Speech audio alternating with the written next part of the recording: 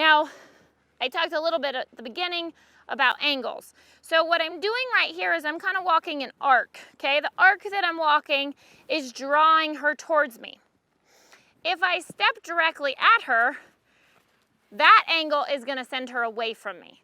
So I have to be careful when I'm trying to draw her with me that I'm not confusing her by stepping into her in a way that's going to send her away. So like right here, if I wanted to walk up to her face, and this matters for catching a horse as well, so understanding this here is really important.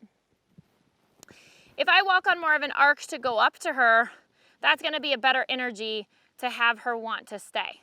If I walk up to her straight on, and she was really feely, she's pretty tired, so she could care less, but on a really feely horse that's already scared of the human, they're going to go, holy moly, that's way too much, I can't stay. She wasn't a great example of that, but that happens quite often with horses, especially horses you have trouble catching.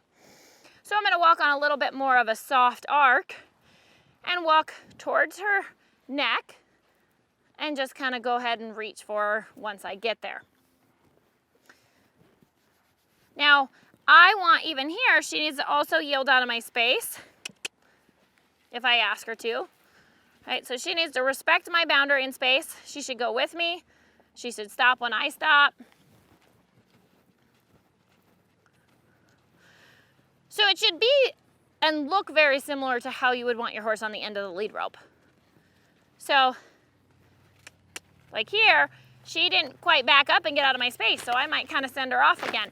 I really just blocked her and said, hey, you can't go past me, but she kind of said, oh, well, that was a lot of energy and maybe wanted me to leave. So now here, looking at her body angle, she chose to kind of put her hip towards me and not face up to me. So I'm going to see if I can draw her to me a little bit and encourage her to think about being with me. Now, while she's not fully faced up to me, she's paying attention to me. She's aware of where I'm at. Her ear and eye are following me, but she also has a nice soft eye and is nice and relaxed.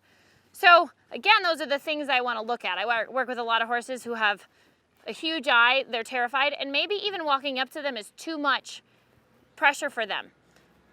She, nice and relaxed, happy for me to walk up to her. I might even search when I get up here for some spots that feel good to kind of love on one, especially if I have one that maybe is a little nervous.